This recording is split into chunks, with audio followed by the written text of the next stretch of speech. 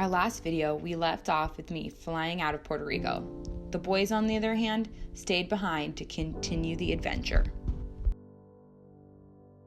Our new friend Earl reached out to us with the offer to work and live on his boat, Mystic, a 1971 Choi Lee Alden 32. The plan was for me to return in 2 weeks to keep the sailing adventure going. Time for dinner. Though only a week had passed until the boys got the terrible news. Alright, so today is the 18th September.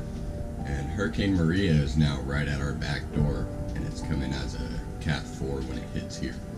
So today we're going to have to get the boat ready to go into the mangroves and wish us luck.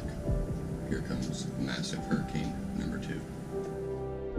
Hearing the news of a second Category 5 hurricane coming for them was emotionally nerve-wracking. But this being the second hurricane within 2 weeks, natural instincts really did kick in. One of the first priorities was to secure the boat. This time, instead of staying at a marina, they found a nearby hurricane hole. After searching the mangroves, they found the perfect spot. They spent several hours securing her to hopefully make it through Maria. Well, we're going to try to get this branch out of the way so it doesn't go through the hole in the boat.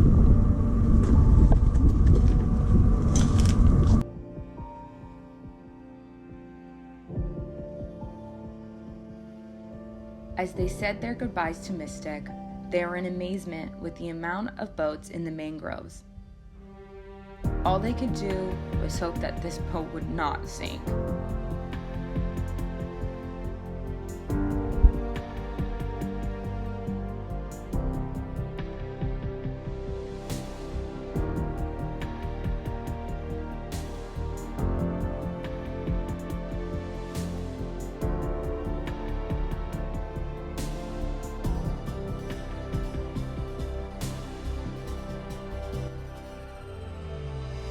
Once the boat was secure, they needed to find a safe place to stay.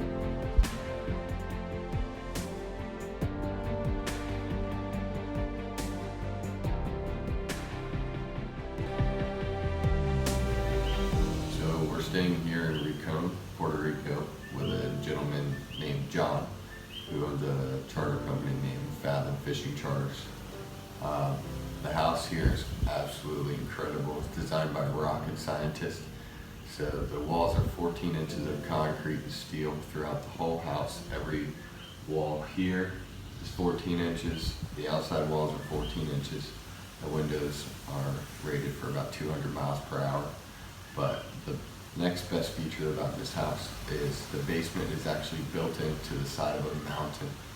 So about 75% of the structure actually sits into the side of the mountain. That way, when the storm gets really bad, we don't have to go into a bathroom and hide for hours. Again, we have a full bottom floor of a house, so it's going to be great.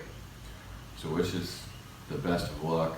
This is our second Category 5 hurricane in the last 2 weeks, so that's a lot of destruction. So we just got up. This is looking out our bedroom window. I'd say we're getting gusts between 80 and 100 miles an hour. There's a downed tree in the road. Power lines are down.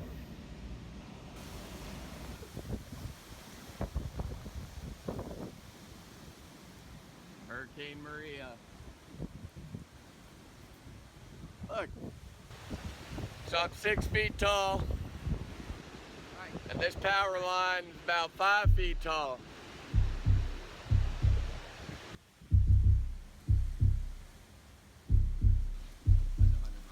The last they knew, the storm was about 100 miles away, and the damages they were receiving were coming from the outer bands of Maria.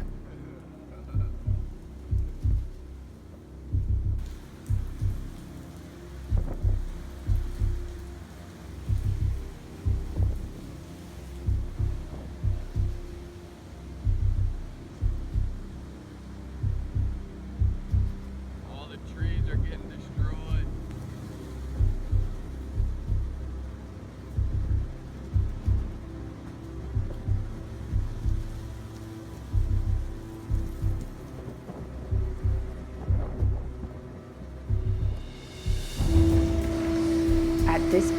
it really started to pick up that afternoon with over 120-mile-per-hour winds.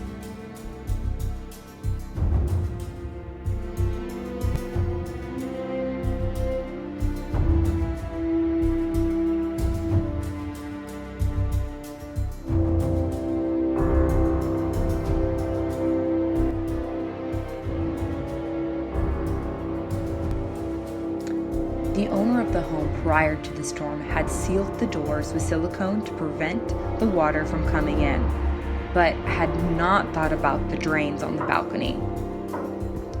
With the debris and the leaves blocking the small half-an-inch drains, they had no choice but to create bigger drains with sledgehammers and drills.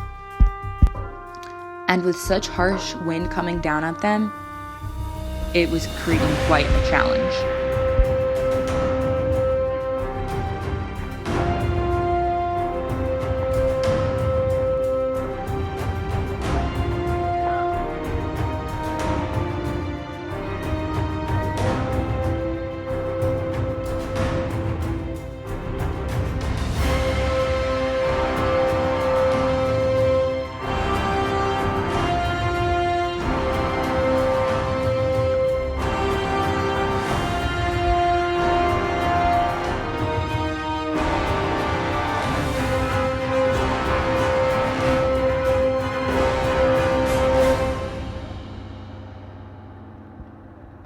That's a drain.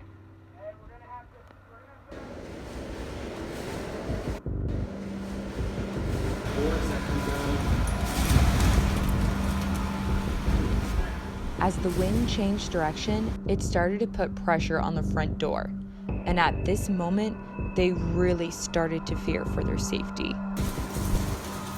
As day turned into night, the water started to come into the home, creating flooding, and all they could do at this point was wait till morning. All right, morning after. There's an avocado tree. The whole valley down here has been wiped out. See behind me. With no way of leaving the home, they spent the next couple of days cleaning up the house and what they could.